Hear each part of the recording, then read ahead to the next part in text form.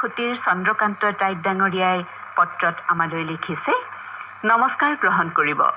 কেন্দ্ৰ তথা মোৰ সতীৰ্থ শ্ৰোতাবৃন্দলৈ হিয়াভৰা নমস্কাৰ জনাই একলম লিখিবলৈ উৎসাহী হলোঁ। অইনবাৰৰ দৰেই 6 জুলাই দেওবাৰে দুপৰীয়া 12:30 বজাত অংগনা শুনিলোঁ।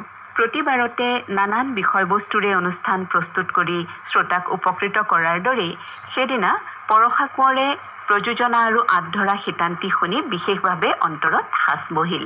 বিষয়টি আছিল পৰিৱৰ্তিত সময়ত সন্তানৰ লালন পালন। অনুষ্ঠানত সমল ব্যক্তি হিচাপে তিনিচুকীয়া চিকিৎসা মহাবিদ্যালয়ৰ মনোৰোগ বিভাগৰ বিশেষজ্ঞ ডক্টৰ সবিতা দিহিঙীয়া আৰু মৰাণ মহাবিদ্যালয়ৰ শিক্ষাতত্ত্ব বিভাগৰ মুৰব্বী অধ্যাপক ডক্টৰ পুৰবী নাথ বাইদেউৰ উপস্থিতিয়ে সৌষ্ঠৱ বৃদ্ধি কৰিলে।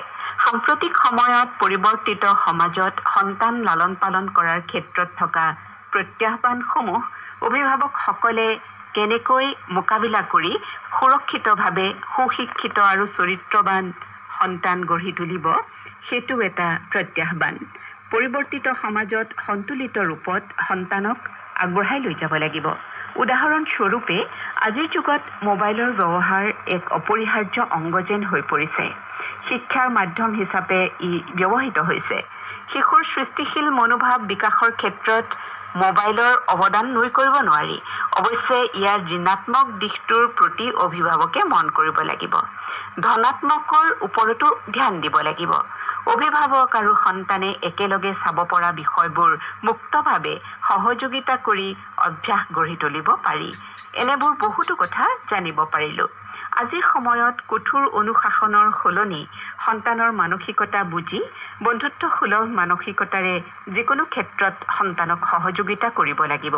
এইসমূহ নিদান আমি অনুষ্ঠানত পালোঁ। আলোচনাটিত আন বহু প্ৰাসংগিক বিষয় আছিল। সেইদিনাখনৰ অনুষ্ঠানটি শুনি থকা অভিভাৱকসকলে নিশ্চয় উপকৃত হৈছে। আলোচনাটি আছিল বাস্তৱিক আৰু বৰ্তমান সময়ত ব্যৱহাৰিক জীৱনৰ বাবে নিতান্তই প্ৰয়োজনীয়। পত্ৰখনিত মই কেইটিমান কথাহে তুলি ধৰিবলৈ প্ৰয়াস কৰিলোঁ। অনুষ্ঠানটিত ডক্টৰ দিহিঙীয়া বাইদেউ আৰু নাথ বাইদেৱে বহুমূলীয়া সময় দি শ্ৰোতা ৰাইজক বিষয়টি সম্পৰ্কে কৈ উপকৃত কৰাৰ বাবে আমাৰ পৰা কৃতজ্ঞতা জনালোঁ। শেষত সকলোলৈকে নমস্কাৰ জনাই চিঠি সামৰিলোঁ। ধন্যবাদ সহকাৰে তেখেতে পত্ৰ সামৰিছে। চন্দ্ৰকান্ত টাইট ডাঙৰীয়া, আপোনাৰ পত্ৰৰ বাবে ধন্যবাদ জ্ঞাপন কৰিছোঁ। আপোনাৰ পত্ৰখনে সম্পূৰ্ণ বিষয়টো দাঙি ধৰিছে। তথাপিও আমাৰ ফালৰ পৰা ক'বলগীয়া ইমানখিনিয়ে যে আমাৰ অনুষ্ঠানবিলাকে শ্ৰোতাৰ ব্যক্তিত্ব গঠনত সহায় কৰিছে, তেনেহ'লে আমাৰ কৰ্মবোৰ সাৰ্থক হৈছে বুলি আমি ভাবি ল'ব পাৰোঁ। তাৰোপৰি আমাৰ অনুষ্ঠানবোৰ সজাওঁতেও এই কথালৈ লক্ষ্য কৰা হয় যাতে আমাৰ অনুষ্ঠানবিলাকে সুস্থ ব্যক্তিত্ব, সুস্থ পৰিয়াল, সুস্থ সমাজ গঢ়াত সহায় যাতে কৰিব পাৰে।